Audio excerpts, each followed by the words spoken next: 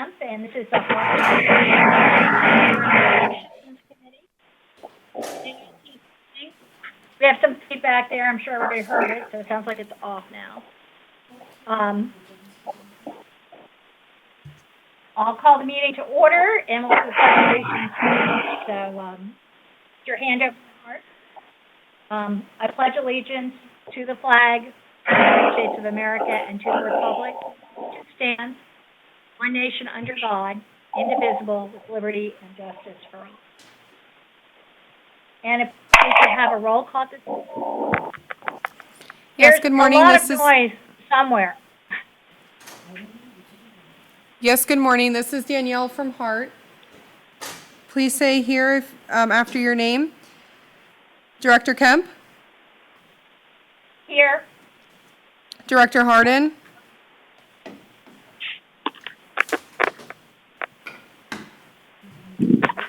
Director Hardin?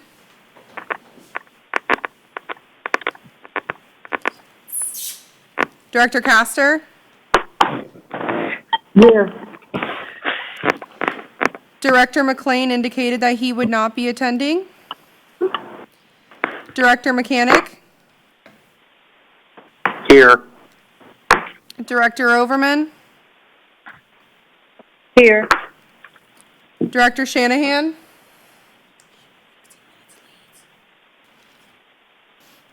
Director Hardin? Chair, you have a quorum.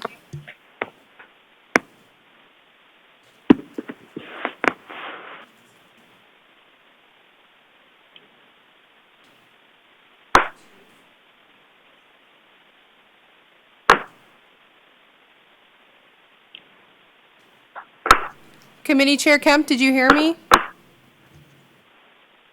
I'm sorry. I didn't have my mic on there. Sorry. HART General Counsel Julia Mandel will read into the record the rules for committee participation. Good morning. This is Julia Mandel.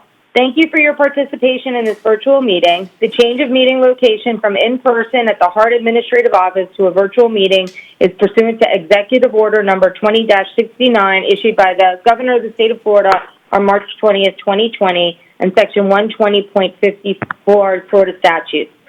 Due to social distancing, the boardroom and the e-board administrative office is only accessible for personnel facilitating this meeting. Please keep your devices and phones muted when not speaking. Muting the sound and microphone on your device helps avoid feedback. Please do not enable video camera on your device and discontinue all personal conversations for the duration of the meeting. Please follow along with a copy of the meeting agenda and materials sent via email. All presentations will be shared on screen while presented. Roll call will be taken for attendance and voting by HART. Quorum and voting results will be announced.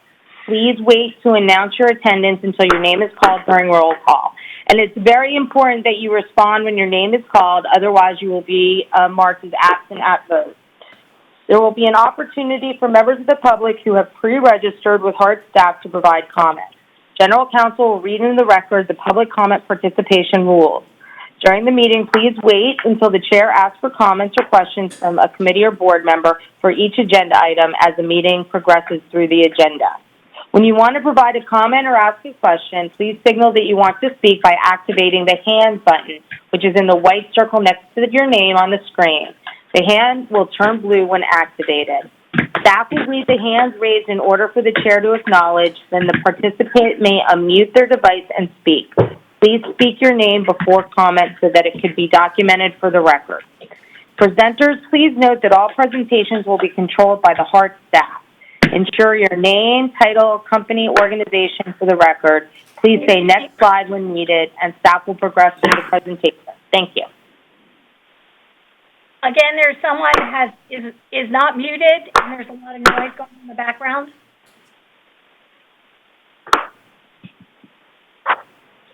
If we can get that. The next agenda item is approval of the Strategic Planning and External Relations Committee meeting minutes from April 20th. You can find the minutes on page 4 of the packet. Is there a motion to approve the minutes? Has joined the meeting. This is Commissioner Overman. I move approval. Do we have a second?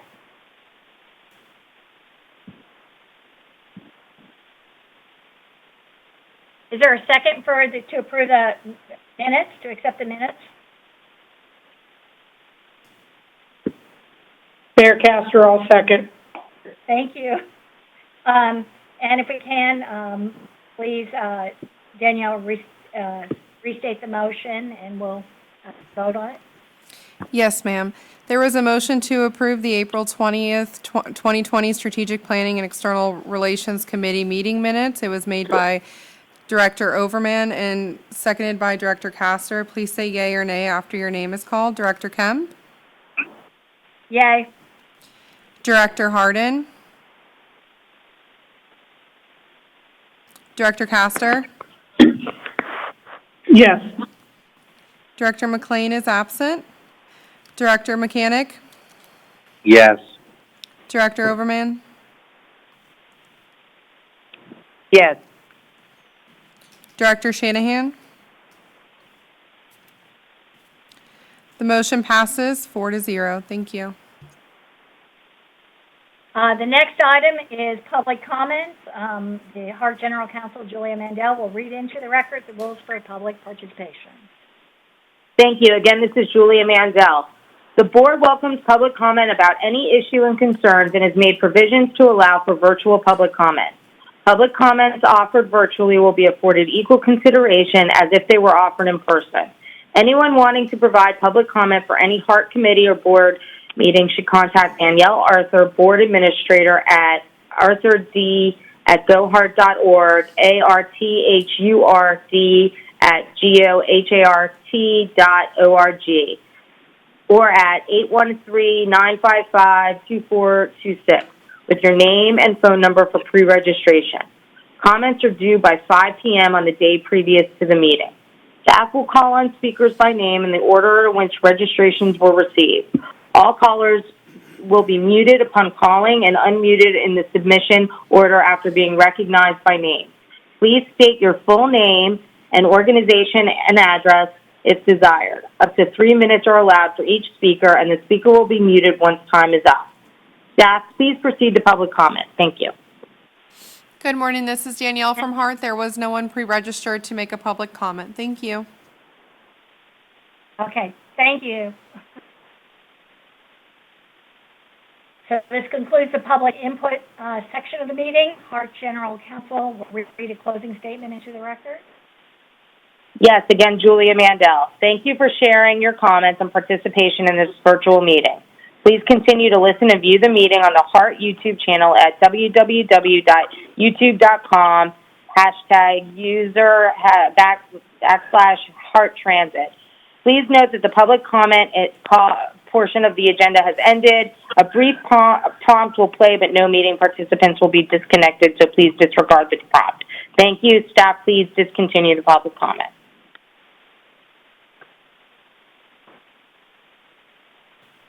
Thank you. The agenda is the presentation by Bill Ball, Operating Officer at Tyndall, recognized for the Vision 2030 Draft Regional Transportation Development Plan.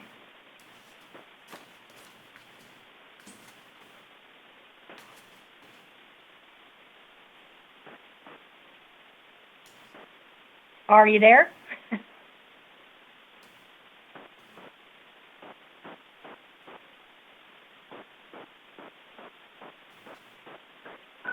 Good morning, Madam Chair. Can you hear me okay?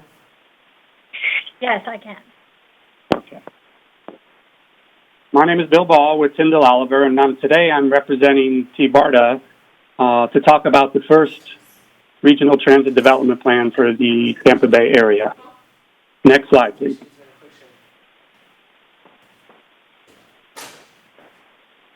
And this is what we're going to cover today, a little bit about what and why, provide a little bit more information about the vision itself, and then I'll close with the recommendations and where we go from here. Next slide.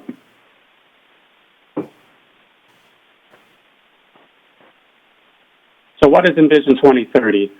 First of all, as I said before, this is the first ever regional TDP for the Tampa Bay area, and it does three things basically for TBARTA. The first one is it's a strategic blueprint, a vision for the future, if you will. Secondly, in Florida, it's a requirement to receive state funding for transit. And third, It puts TBARTA in a position to provide a promotional tool for the services it provides today, as well as what they plan to provide in the future. Next slide. So why?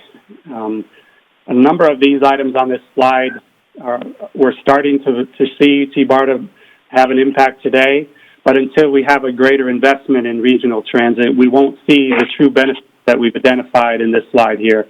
The bottom line is getting to a point where we have better regional job access, we're able to help stimulate economic development, and we put our region in a more competitive position with other regions around the country. Next slide. So how do we define regional transit? We have direction straight from the TBARTA legislation, as well as agreement with the TBARTA board on the definition of regional transit. First of all, it's any transit project that crosses county lines, as well as any phase of a future transit project that would ultimately cross county lines. And of course, it connects regional activity centers, especially employment centers. We did get additional direction from the TBARTA board that basically is the importance of collaboration and coordination with local partners and the focus on commuters and providing premium transit services to those commuters to get to their jobs. Next slide. So how did we develop the regional vision? We did rely substantially on the work that was done previously by the local transit agencies, by the MPOs, previous regional transit planning efforts, and working a lot with the committees and the regional transit committees that are represented by the regional transit operators, and our technical evaluation as well as extensive public outreach. And we've gotten to where we are today, which is the vision that I'll share with you in the next couple of slides. Next slide. We've organized it into basically two components. The first one is the vision that matches the definition we talked about earlier, and it basically is proposed to be TBARTA's responsibility, the transit network that's indicated on this slide, and you see the types of services that are indicated on this slide as well. Next slide. The second component is regionally significant local service that's just as important to the regional vision, and these are existing and proposed routes that local agencies would have responsibility for in the future. You can see the extensive network on this slide as well. Next slide. And when you put both of those together, this is the regional transit vision network that we're proposing as part of Envision 2030. So you can see that it includes both TBARTA responsibility and local agency responsibility, and how both of those work together to provide what's in this network. Next slide. We also had to pull back from the vision itself and look at investment scenarios for the next 10 years, and essentially Envision 2030 10-year plan. So we put together three scenarios. Scenario one is the status quo. This is the one that TBARTA can afford today with existing revenue sources. And then we put together two additional scenarios that, if pursued, this is what they might look like, and to start looking at some of the revenue sources that would have to be agreed to start funding those scenarios. So let's talk a bit about each one of these. Next slide.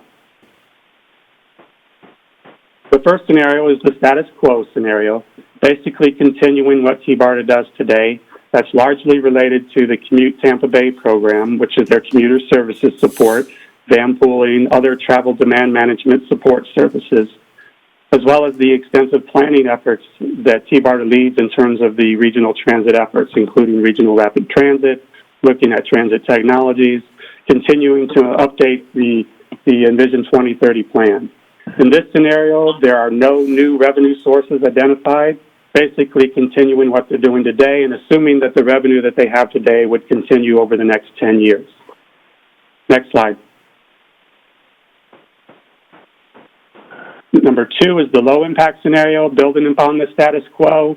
This is essentially a hypothetical scenario where if we implemented some of the recommendations, we would shift some of the existing services that meet the transit definition of regional transit that we talked about earlier, shift them over to TBARTA with some improvements to those services, the capital associated with those services. And we did make some assumptions about revenue in this scenario for evaluation purposes. And by doing this regional TDP, TBARTA becomes eligible to apply for state block grant for transit. This assumes that would happen, but it does require a local match for that block grant. So in this scenario, we assume that county contributions would increase over and above what they contribute to TBARTA today to match that block grant. Likewise, we did assume that any grants that help fund some of these existing services would come with the services that we proposed that TBARTA would operate under this scenario. Next slide. The third scenario is the high impact scenario. This again builds further on the low impact scenario. It also includes the implementation of 6 new regional express bus services providing connections to all 5 counties. And it also assumes the first phase of the regional rapid transit. For now, we've assumed that first phase to be between downtown St. Pete and downtown Tampa. It also assumes the capital investment for that, which would be the investment in that service as well as the West Shore and Gateway intermodal centers, which would come online as part of that first phase of regional rapid transit. Planning would continue. It also includes looking at a planning extension of the regional rapid transit down into Manatee and Sarasota counties as well.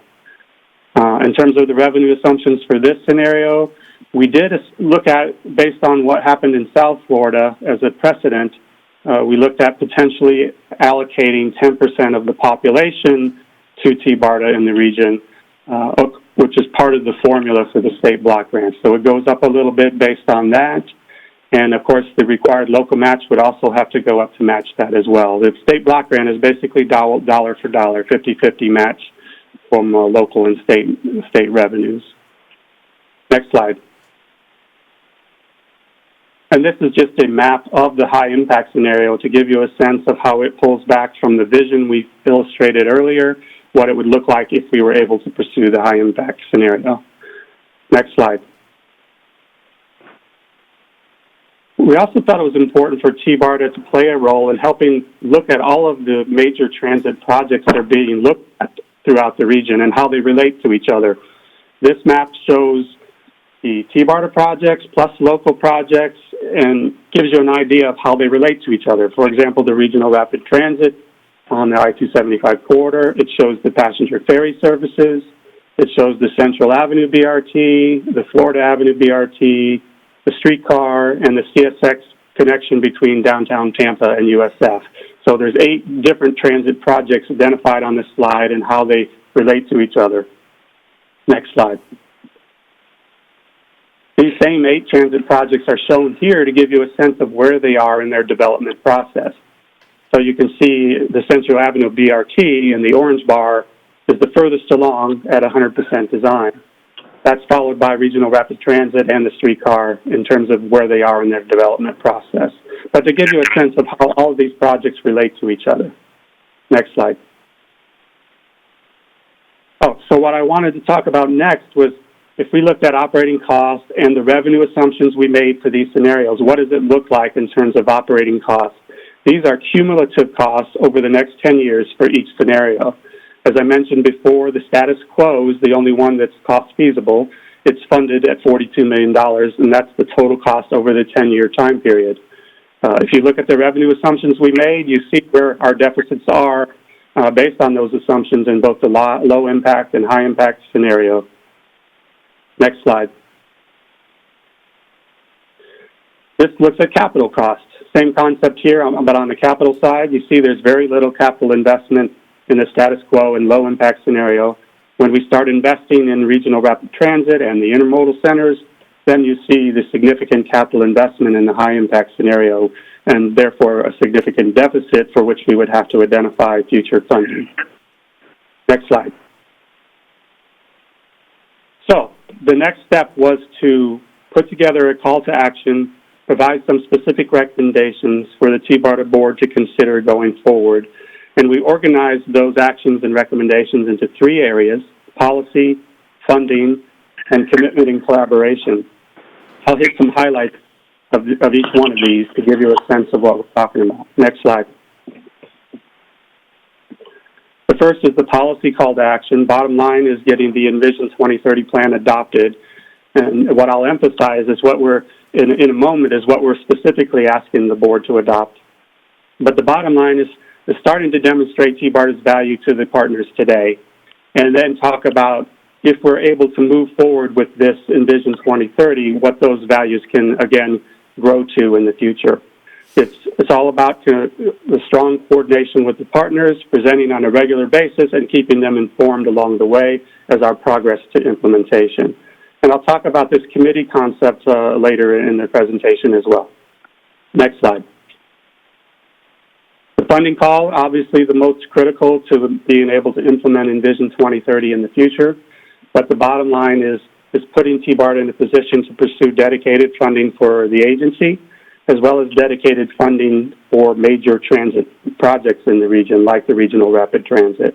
So there's a lot of work to be done and a lot of coordination and collaboration with our local partners to pursue these funding sources. Next slide. Commitment and collaboration, this is the most important one, especially over the next year. And we really need to cultivate the champions from the TBARTA board, from each of the county commissions, from the transit authorities, from our state legislative delegation. We need resolutions of support, and we've got a lot of work to do to coordinate on the next steps. And the committee concept is something the TBARTA board is discussing now is maybe it's an expansion of their finance committee or an extension of their finance committee to work with the local partners in a workshop setting or multiple workshop settings to discuss the opportunities identified in the plan and best next steps forward that would be a win-win for both the TBARTA and for the local partners throughout the region. Next slide. So again, I'll end back on the values and benefits that we started with.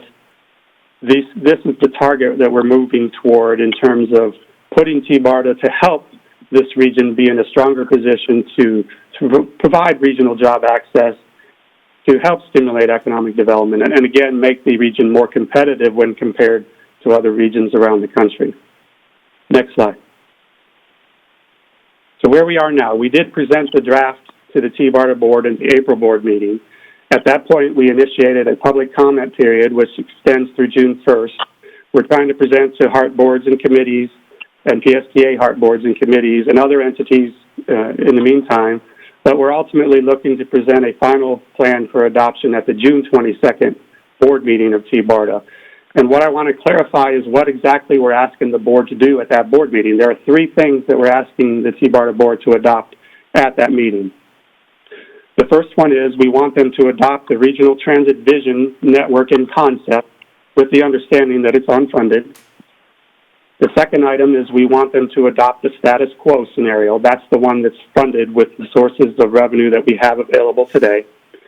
And then third, we're asking them to basically support a continued discussion and evaluation with the board and the local partners on what those next steps would be to pursue a more higher impact scenario in the future. Following the adoption, we'll present to each of the county commissions. We'll provide the report to legislative delegation and many other presentations to local partners throughout the region in the coming months. So with that, that's an overview and summary of Envision 2030, and I'll be glad to entertain any comments or questions. Thank you, Mr. Ball. Are there any comments or questions? Chair, you have Director Overman with a question. Director Overman, you're recognized. Thank you for the presentation. It was excellent. It clarified a lot of questions I previously had. Could you do me a favor and go back to slide number 16? So I'm trying to get my arms around two things. What percentage of the $23 million shortfall or excess cost, or reflectively, what percentage of the $58 million that you're counting on is coming directly from the local transit agencies? So, for example, in your steps, you indicated that you would eventually get to the county, whereas HART is in a situation where it may in need of support from the county just to operate its own project and transit system, much less contribute to another one. And while I see the benefit of the regionalization, I'd like to get some understanding of what those operating cost splits look like across the agencies as well as the county. Can you elaborate on that? I sure can. And I can give you a highlight of what was assumed in each of these scenarios in terms of local county contribution. First of all, the only one that we're asking the board to adopt is the status quo, which would be a continuation of the county contributions that occurred in the latest year. And that totals about $550,000 distributed amongst the 5 counties according to population. To give you a sense of what it would be, I can tell you that in the high impact scenario, what we did was we increased the local contribution over and above what's provided today to match the state block grants that TBARTA would be eligible to apply for. And that's estimated that then to increase the total contribution from counties would increase from that $550,000 today to about $1.9 million in the 10th year of the plan. So that's, again, only if there was agreement on pursuing the low impact or the high impact scenario in this case. So that gives you an idea of the range of local contribution under these scenarios, which, again, we understand, especially in light of COVID-19 and the situation and budget issues that everyone is dealing with, that the next steps are to explore options for funding with the local partners and decide together the best way to move forward or from here. Does that answer your question, Commissioner Overman? It does. I'm just curious about why we wouldn't present to the county commissions prior to the final TBARTA board adoption. Correct. Well, I think at this point we put ourselves in a position where we would adopt a status quo scenario with the understanding that we have a lot of vetting to do with the local agencies at the staff level. We're still going to present this to the commissions following adoption of the status quo, but we have a lot of vetting and work to do to decide which funding mechanisms are the best to pursue as a region before we ask the commissions to actually consider adopting or approving something that would support these higher impact scenarios. Great. Thank you very much. Thank you for your questions. Anyone else? Yes, Chair. Director Shanahan joined the call, and she has a question. Hi, I was going to ask something along the same lines as Commissioner Overman just asked in terms of the funding stream. So you're basically going at it from a status quo perspective, and then you're taking on the responsibility of additional marketing, validation, verification for the low impact and high impact opportunities that you would then have to pre-sell to get additional funds from the participating counties. That's my summary. I'm just trying to make sure I'm in the right stream. And then, is there any other additional federal or state money that this gives you the ability to leverage to in terms of your low impact and high? I was going at that same question, the $23 million shortfall or the $97 million shortfall. What's in those numbers? What are the projects in those numbers? Or are those all identified so you could tick and tie it to a low impact plan would include this but could get to this, so it becomes basically a marketing platform for what would be the regional projects that could be covered in that additional funding if the counties chose to participate at a higher level? I think you've stated it very well. And essentially provides a starting point for us to promote what we were envisioning could be the future of the region, but also put in a place where we've documented well enough to pursue state and federal funding that would help support making that happen. Okay. Thank you. That's all I have, Chairman. Thank you, Director Shanahan. Is there anyone else? Chair, I do not see any other hands up at this time. Hey, I have a lot of questions. One is to Mr. Ball. First of all, you're missing the slide that I thought was critical, and a lot of critical information on here. but it's a slide that you showed at T-BARDA on Friday, or a slide that was showed as part of this, which actually gave the financial breakdowns. It was slide 19 when I counted through on Friday. Why is that gone today? Apologize, Commissioner Kemp. I did not present to the board on Friday, so I'm not exactly sure which slide you're referring to.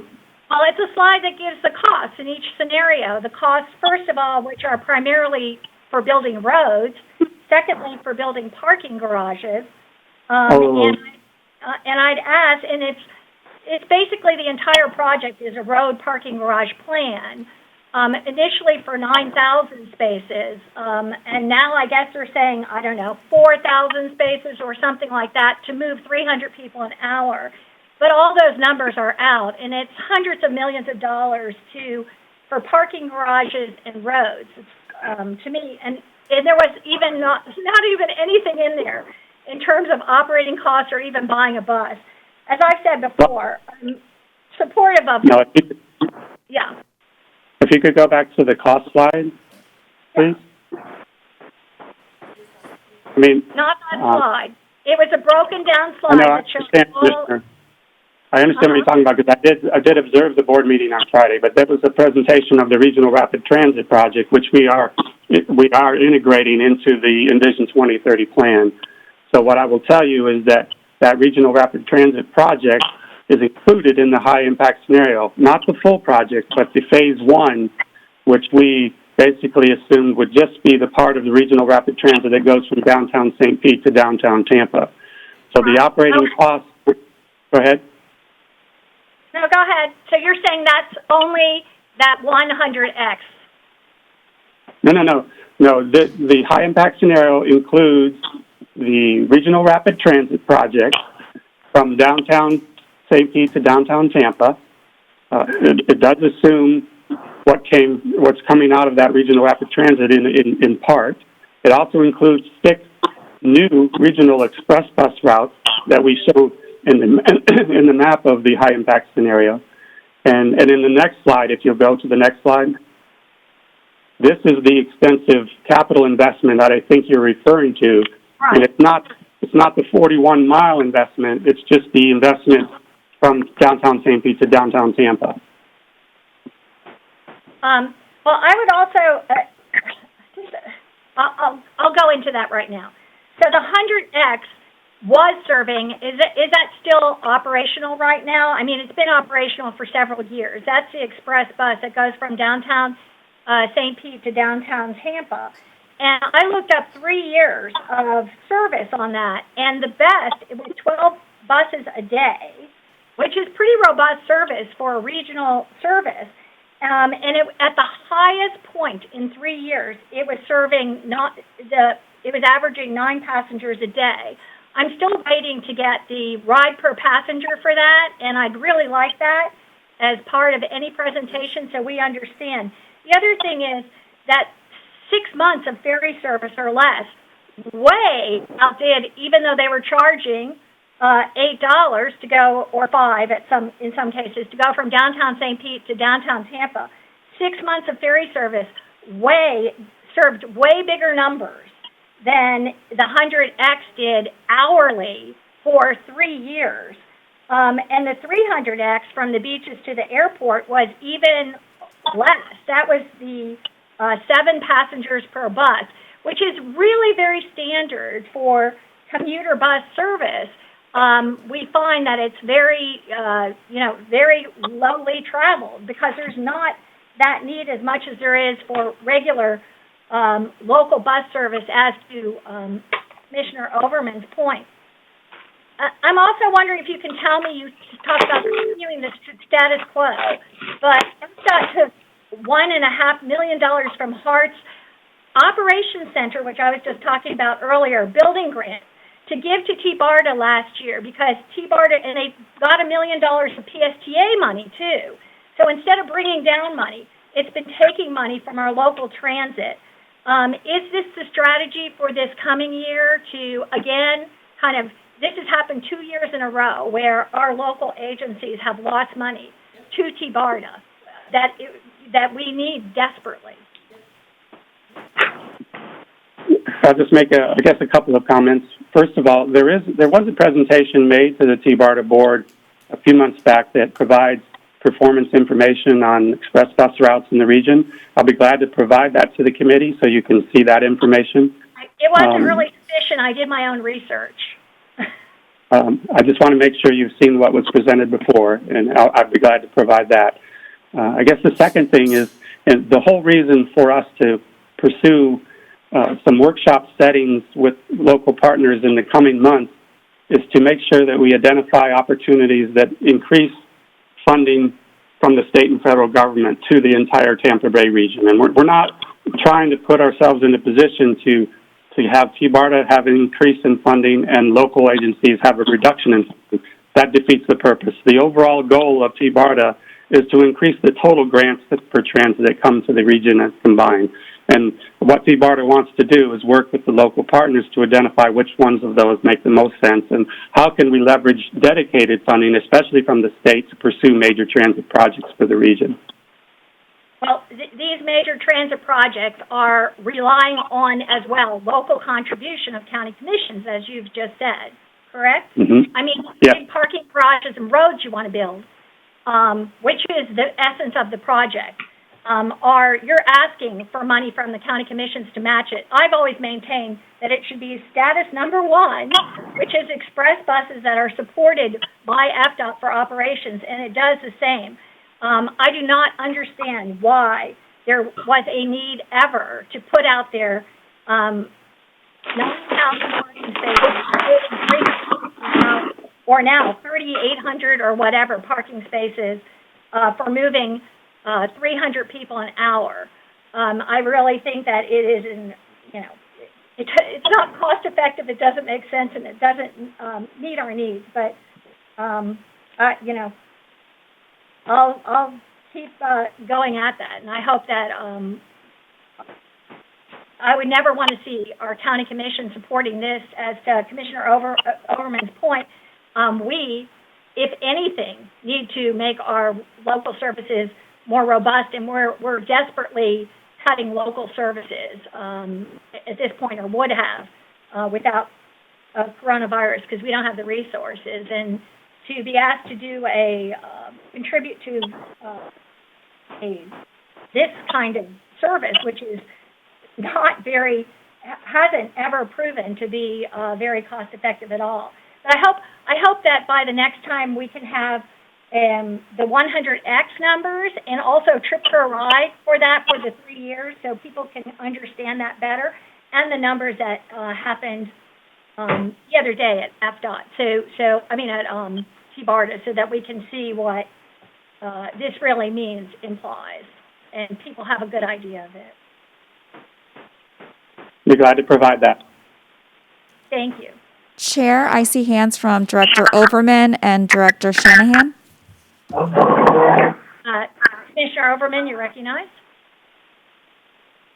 Thank you, Chair. I would like to request that, under the circumstances, I think it would be really great for the Strategic Planning and External Relations Committee to actually see the T-BARTA report that was referred to, that was presented last Friday. Mr. Ball, would you be able to make sure that each of our members receive that report? It would give us the detail that we would want to make sure we're aware of in making any recommendation to the full board.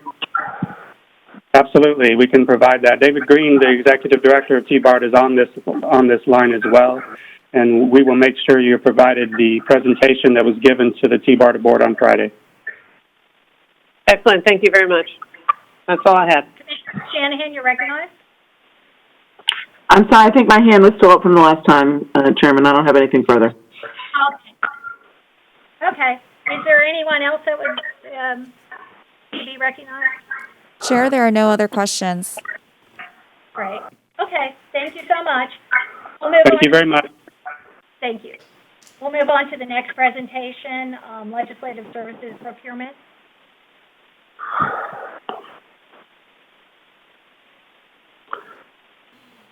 Good morning, everyone. John Edmondson, Director of Procurement.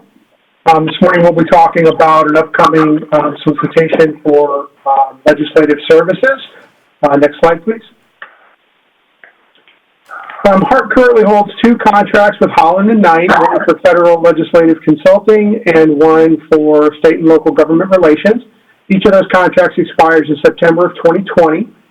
We are recommending a single solicitation for both services that will align the base and option terms, beginning and end dates for each effort.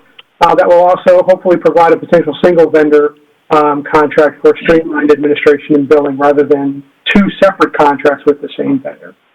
Next slide, please. Some of the key actions of the scope of work are listed here. I won't necessarily read them all, but in summary, the scope of work looks to have vendors come on board who can help assist HART with the development and implementation of some of our short and long-range legislative agenda goals. We also look for folks to actively monitor the development of transportation-related legislation, regulation, and other policies at both the state and federal level that will be of importance to HART or that HART may be able to take advantage of. We also look for someone to actively coordinate our legislative activities with other entities, such as AFTA and FPTA and T-BARTA and some of our other regional government partners. Next slide, please. Some of the key deliverables to come out of both contracts are quarterly status reports on pending legislation, administrative policies, or other issues of interest to HART. We want to get into the habit of weekly status reports while legislatures are in session to make sure that HART is up to speed on all of those issues and how those issues are progressing through legislative agendas. We would definitely want to schedule and plan regular meetings with state and federal delegates and hold biannual meetings with such more regional and local partners such as the governor's office, state and federal Senate and House officials, and then state and federal agencies. Anything that can impact the outcome of any of those agency requests or grant funding projects. Next slide, please. Some of the ways that we will measure the performance of whoever the vendor happens, the successful vendor happens to be, is we'll require various reports, legislative updates, and presentations, and we will have meetings scheduled and attended on behalf of HART with some of the other partners that we discussed earlier. We'll have biannual meetings and legislative wrap-ups and related events. We will definitely look for white papers, articles, publication letters, or legislation produced on behalf of HART, again, kind of promoting and advancing our positions. And then we'll look for assistance provided to help HART secure funding for various projects and programs. Next slide, please. Today, we'll have a few decisions for the board to make with respect to this particular procurement. The procurement manual allows for one of 2 methods of procurement, either a formal or informal solicitation. The biggest difference between the 2, both require the same scope of work, both require the same deliverables, both require the same prepare and receipt of proposals in response to that solicitation. The largest difference between the 2 is in an informal solicitation, procurement staff will work with senior staff and board members to identify the firms we would like to invite to propose on our solicitation. In a formal solicitation, that will be publicly broadcast and advertised. And under the 2 scenarios, the procurement staff, along with members of the evaluation committee and the ad hoc committee that we're going to be talking about here in a second, will be required to review the proposals of only those firms that we select. And in a formal solicitation method, we will be required to review all responsive proposals received as part of that solicitation. We are seeking the board to select board member or members for participation in the procurement process. And that participation is in the form of helping develop the evaluation criteria by which proposals will be evaluated, beyond that which we will recommend today. And then that participation will also help review and evaluate all of the sponsors that we receive to this solicitation. That the board members themselves, the full board, as well as those selected to participate in the process, will help develop the evaluation criteria. And we will look for whether there needs to be evaluation criteria beyond the standard technical approach and the standard price proposal evaluation. And we'll look to determine whether or not the board feels waiting for specific elements of evaluation should be appropriate. We will make recommendations for contract terms, but we will look to the board to either ratify those decisions or recommend a different term for these types of contracts.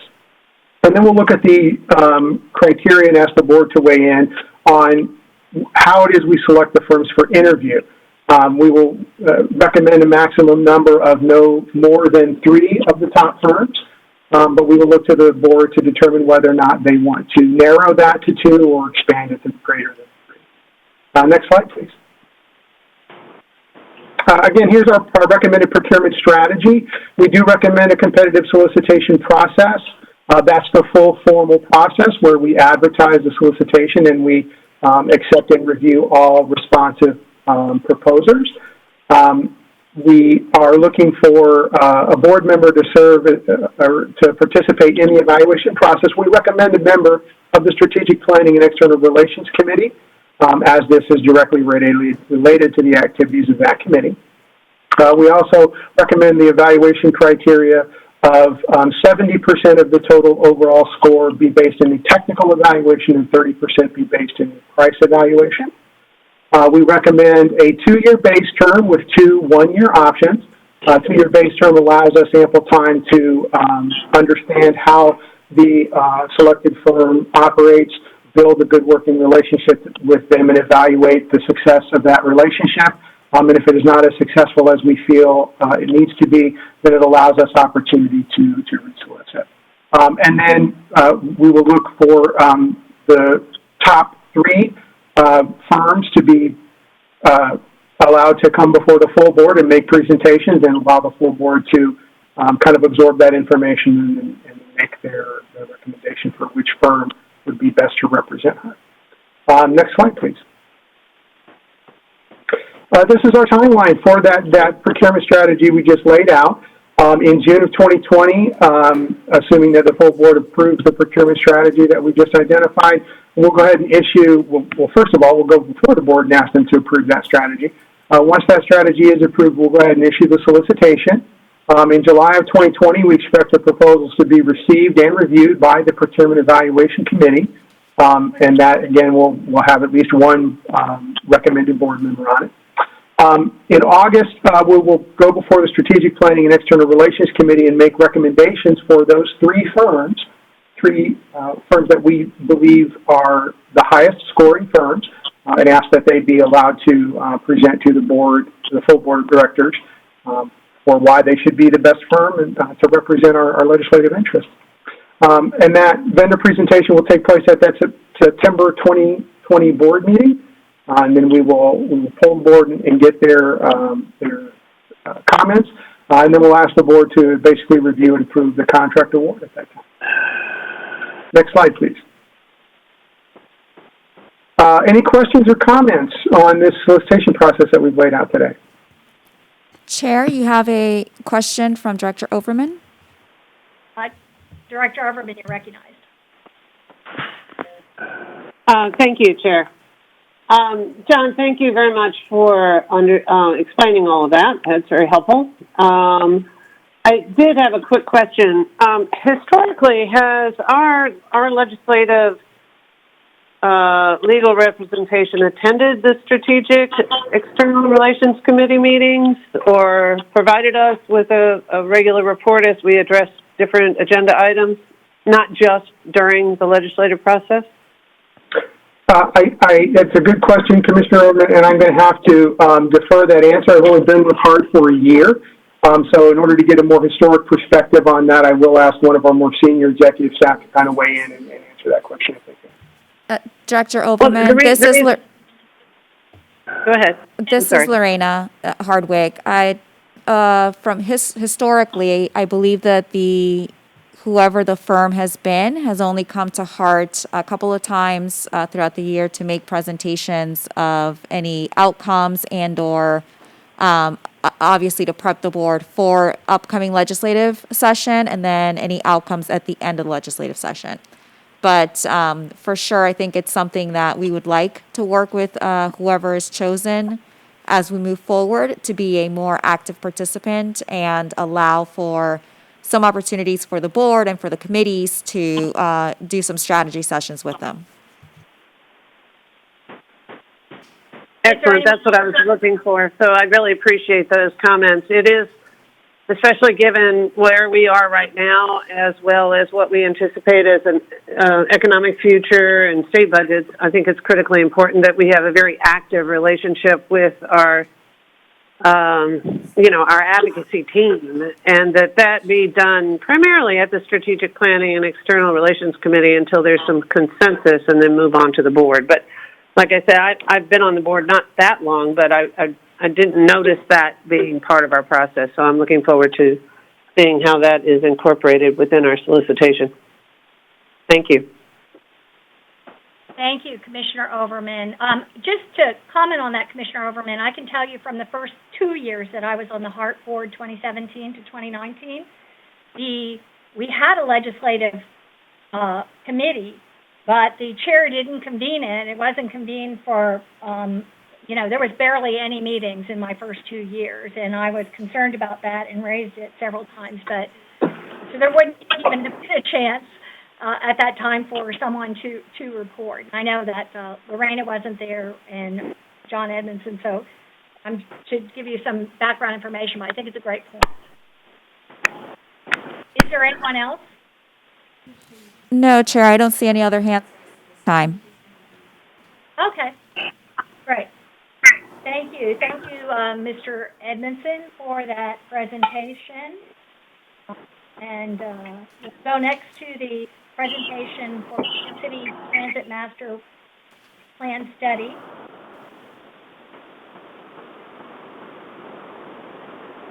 And Ms. Rahman? Good morning, committee. Can you hear me now? Yes, we can. Thank you. Yeah, good morning, Commissioner. This is Vishaka Shivraman. I am planner with Hillsborough County MPO. And today I'm going to be presenting in front of you the Plan City Transit Master Plan Study. Next slide, please. So let me give you a little bit background about the project about the study. This study was requested by Plan City, and it's conducted by HART and Hillsborough County MPO collectively. This study is for studying the feasibility for the transit in Plan City. Currently, Plan City is one of the fastest growing areas of Hillsborough County, if you all know that, and it serves as a midpoint between Tampa and Lakeland in Polk County. The city is approximately 29 miles, and it has over 40,000 residents and over 17,000 workers. This study actually supports the transit-oriented development, and it also supports increased densities and intensities, and this is consistent with the long-range transportation plan. Next slide, please. Like I said before, the purpose of this study is for developing a feasibility, it's a feasibility study for developing a transit master plan. This will serve as a master plan for transit implementation in Plan City. There are two parts of the study. One is it identifies a transit service from Plan City to downtown Tampa, which is the commuter service, and there is also the second part, which is studying the feasibility of running a circulator within downtown Plan City. Currently, the study is also looking at extending to Polk City in the Polk County in the future, possibility to Lakeland. This study will look at providing cost estimates for operations for HART, and which will study into their HART comprehensive operations analysis COA. Next slide, please. This is a slide which just explains that there was indeed transit service which existed in Plan City before, and as you can see in the slide here, there were two kinds of services which existed in the past. One was the Strawberry Connector route, which existed from 2005 to 2008, which operated as 4 routes. Initially it was operated by HART and then later taken over by City. Unfortunately, it had budget restrictions, and they had to close the operations around late 2000s, 2008, around that time. The second kind of transit service which existed in the past was the commuter route, Route 28 Express route. This is called the East County Express, and that served 2 trips a day. Towards the later part of the study, it only operated 1 trip one in the AM and 1 in the PM, and it ran roughly between 2012 and 17. So currently, there is no existing. Has left the meeting. Currently, there is no existing transit service. The only available on-demand service is the Sunshine Line, and there are many restrictions for it. Next slide, please. This slide actually brings you to the study area, which is what the study group, we have identified this roughly as the area in which we will look at the travel market conditions for the study. It is bounded by Griffin Road on the north, the State Road 60 on the south, the Polk County line on towards the east, and Branch Forks to the west. Next slide, please. This is what we have identified as the project management team and the stakeholder focus group team.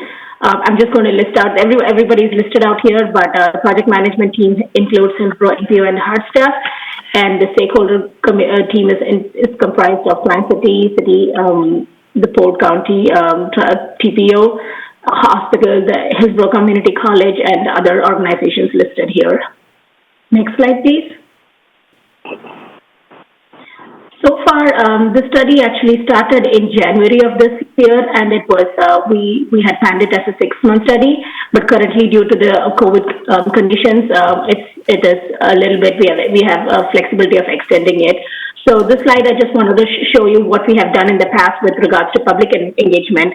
We've had a stakeholder focus group meeting, which was done in February 19. It was an in-person meeting conducted in Plant City Hall, where the main focus of the study, the focus of the meeting was to identify the team, analyze the current existing conditions, and a travel market analysis. This was conducted like a workshop format with tables, and there were different groups who identified these, help us to identify this, and we also identified major corridors and areas of future growth.